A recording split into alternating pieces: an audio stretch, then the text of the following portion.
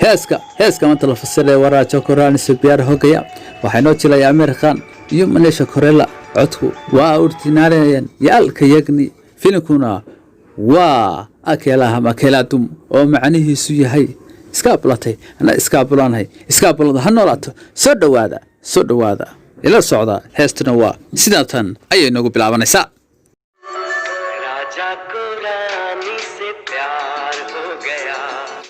heeska Amir baa bilaabaya wuxuuna leeyahay boqoradu jeclaaday way marka jacaylku ku dhaco waxa sameynaysaa ama kugu dhalanay inaad amaanto qofka adiguna si amaanto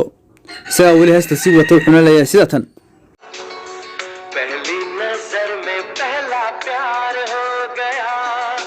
Amir wuxuu leeyahay jacaylkaygu waa jacaylka ugu horeeyay ee aan aragtidii ugu horeysay wax jeclaado isagana wali sii wata aynu ka boganno qaybaha kale sida heesta u socoto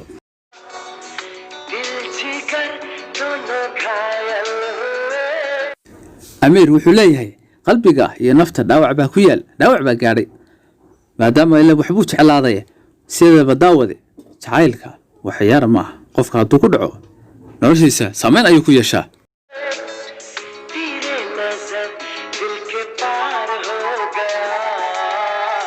daawade Amir ayaa wata wali heesta wuxuuna leeyahay eegmadeeda ayaa qalbiga ka dhex baxday sida falaadho kale yacni gabadhan jacayl ayuu hayaa eegmadeedaba ay sida u eegayso ayaa jacayl ku beeray ninkanna waa calacalaya wuu heesaya wan jacayl hayo aynu qaybta kale ku sii socono wali daawade haddii aad ku cusub tahay YouTube-geena fadlan subscribe saar videogana si share garee si asxaabtaada kula daawadaan videogana like saar si dhiirigelin ugu noqoto mahadsanid ee heesta inta kale aynu sii wadno wali